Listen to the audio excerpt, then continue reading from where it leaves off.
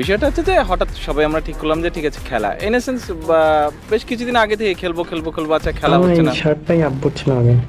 তোমার মনে আছে কোকো এরকম কোনো? আমার দুটো প্যান্ট ছোট করে বানিয়ে দিয়েছে। আরাফাত রহমান কোকো, যার জন্ম ছিল ক্ষমতার শিখরে, অথচ জীবন কেটেছে চরম অবহেলায়।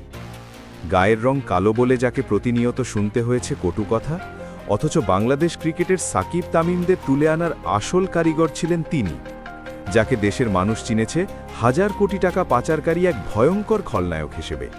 কিন্তু ভেতরের সত্যটা জানলে আপনার গায়ের লোম দাঁড়িয়ে যাবে। এই কোকোকে রিমান্ডের নামে ইলেকট্রিক শক আর পৈশাচিক নির্যাতনে তিলে তিলে মৃত্যুর দিকে ঠেলে দেওয়া হয়েছিল।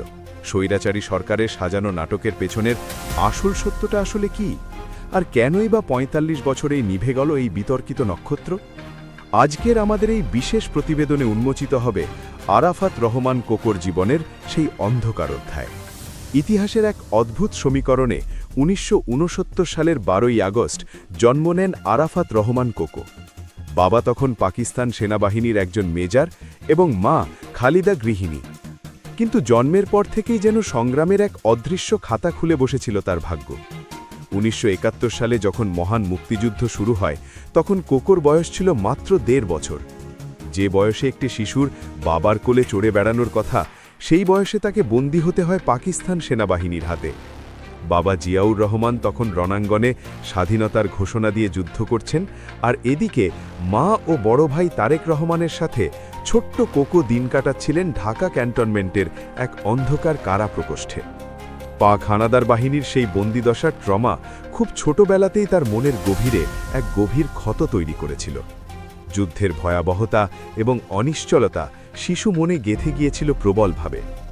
দেশ স্বাধীন হওয়ার পর বাবা রাষ্ট্র ক্ষমতায় আসেন এবং দেশের প্রেসিডেন্ট হন। কিন্তু অবাক করার বিষয় হল, রাষ্ট্রপতির সন্তান হয়েও কোকোর জীবন ছিল অবিশ্বাস্য রকমের সাধারণ। বিলাসিতা তাকে কখনোই স্পর্শ করতে পারেনি। বাবার আদর্শ ছিল সৎ জীবনযাপন, আর তাই তো ছোটবেলায় বাবার পুরনো শার্ট কেটে ছোট করে কোকোর জন্য জামা বানানো হতো। রাষ্ট্রপতির ছেলে হয়েও ছেঁড়া জামা বা তালি দেওয়া প্যান্ট পরা ছিল তার কাছে খুব স্বাভাবিক ঘটনা। ক্ষমতার জৌলস তাকে কখনোই অন্ধ করতে পারেনি, বরং তিনি বেছে নিয়েছিলেন এক নিভৃতজারী জীবন। কিন্তু সমাজ বড়ই নিষ্ঠুর। বেড়ে ওঠার সাথে সাথে তাকে মুখোমুখি হতে হয় এক ভিন্ন ধরনের মানসিক যন্ত্রণার। তার গায়ের রং ছিল বাবার মতোই শ্যামবর্ণ। এই গায়ের রং নিয়ে তাকে সইতে হয়েছে চরম অপমান আর বুলিং। বিরোধী রাজনৈতিক পক্ষ এবং সমাজের তথাকথিত অভিজাত শ্রেণী তাকে নিয়ে প্রতিনিয়ত কটু কথা বলত। তাকে নিয়ে ট্রল করা হতো এবং তার মেধা নিয়ে প্রশ্ন তোলা হতো শুধুমাত্র কোকোর গায়ের রঙের কারণে। বাবার চেহারার সাথে মিল থাকাই যেন তার অপরাধ ছিল। প্রকাশ্যে জনসভায় কিংবা ঘরোয়া আড্ডায় তাকে নিয়ে করা সেই সব ব্যঙ্গ বিদ্রূপ তিনি নীরবে সহ্য করে গেছেন, কখনোই এর পাল্টা জবাব দেননি। তার এই চুপচাপ স্বভাবকে অনেকে দুর্বলতা ভাবত। তারা মনে করত কোকো হয়তো ভয়ে কথা বলে না, কিন্তু বাস্তবতা ছিল ভিন্ন। তিনি ছিলেন একজন অভিজাত মনের মানুষ, যিনি জানতেন কাদা ছোড়াছড়ি তার কাজ নয়। এই যে দিনের পর দিন নিজের ভেতর কষ্ট চেপে রাখা এবং মানুষের অবজ্ঞা সহ্য করা, এটা তাকে মানসিকভাবে এক গভীর একাকিত্বের দিকে ঠেলে দিয়েছিল। তবুও তিনি ভাঙেননি, বরং নিজেকে তৈরি করেছেন এক ভিন্ন পরিচয়ে।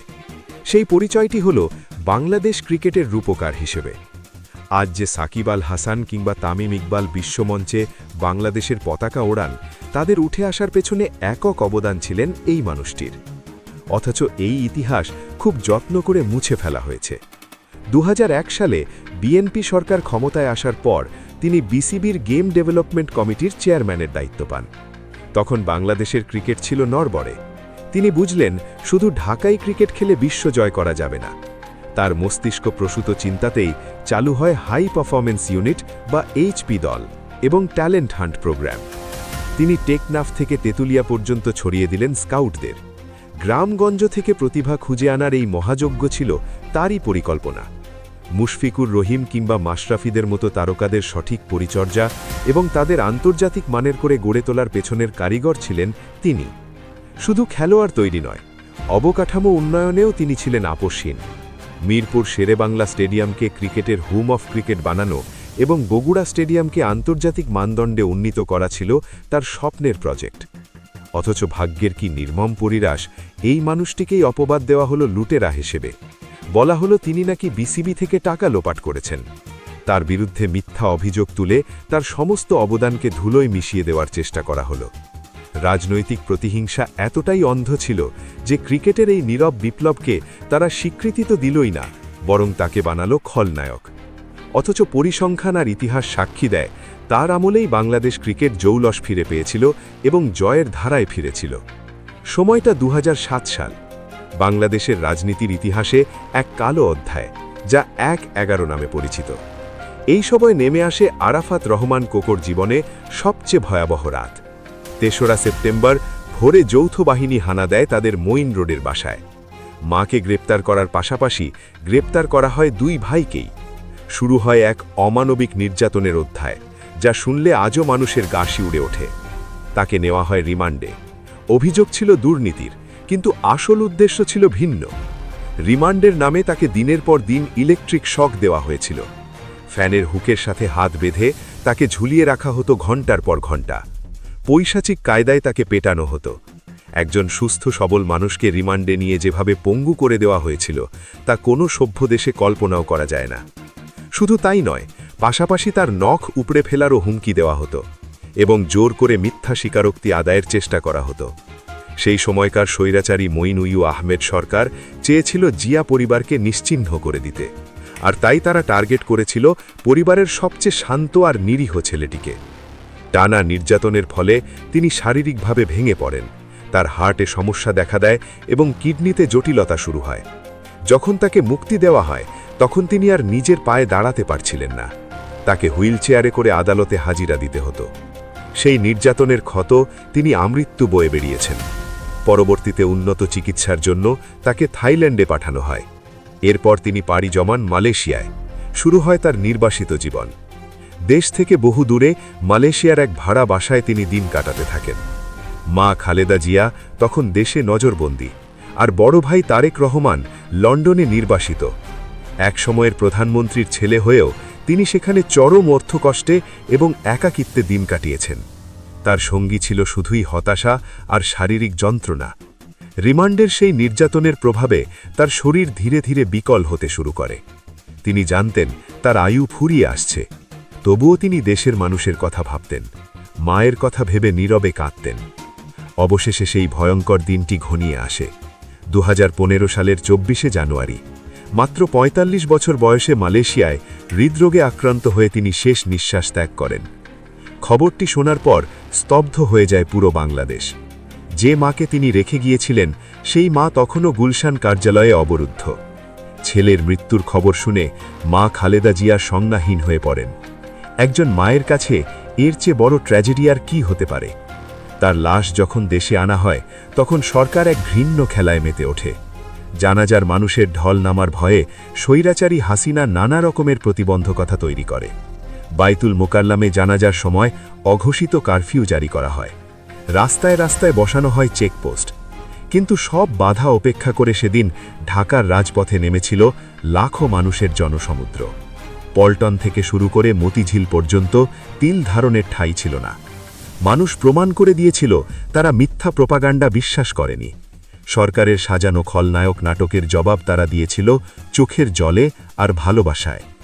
আরাফাত রহমান কোকো হয়তো কোনো বড় রাজনীতিবিদ ছিলেন না, তিনি কোনো জ্বালাময়ী ভাষণ দেননি, কিন্তু তিনি ছিলেন এক নীরব দেশপ্রেমিক।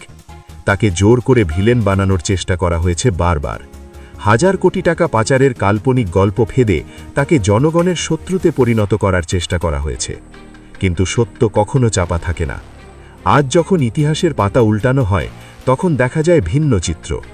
দেখা যায় একজন মানুষ যিনি নীরবে দেশের ক্রিকেটের ভিত্তি গড়ে দিয়ে গেছেন।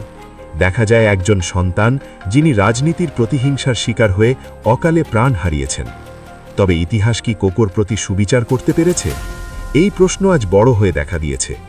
তাকে হত্যা করা হয়েছে তিলে তিলে, প্রথমে মানসিকভাবে এবং পরে শারীরিকভাবে।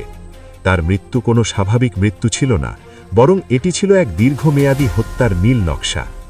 যারা তাকে নির্যাতন করেছিল এবং যারা তাকে মিথ্যা মামলায় ফাঁসিয়েছিল তারা হয়তো সাময়িকভাবে জিতেছে, কিন্তু মানুষের হৃদয়ে কোকো বেঁচে আছেন এক ট্র্যাজিক হিরো হিসাবে। আজকের এই বাংলাদেশে যখন সাকিব বা মুশফিকরা ব্যাট উঁচিয়ে সেঞ্চুরি উদযাপন করেন, তখন সেই উদযাপনের আড়ালে হাসেন আরাফাত রহমান কোকো। কারণ এই বিজয়ের বীজ তো তিনিই বুনেছিলেন। তার অবদানকে অস্বীকার করা মানে বাংলাদেশের ক্রিকেটের ইতিহাসকে অস্বীকার করা। ক্ষমতার দাপট দেখিয়ে হয়তো সাময়িকভাবে সত্যকে আড়াল করা যায়, কিন্তু চিরকাল নয়। আরাফাত রহমান কোকো আমাদের শিখিয়ে দিয়ে গেছেন কিভাবে নীরবে কাজ করতে হয় এবং কিভাবে শত অপমানের পরেও মাথা উঁচু করে বাঁচতে হয়।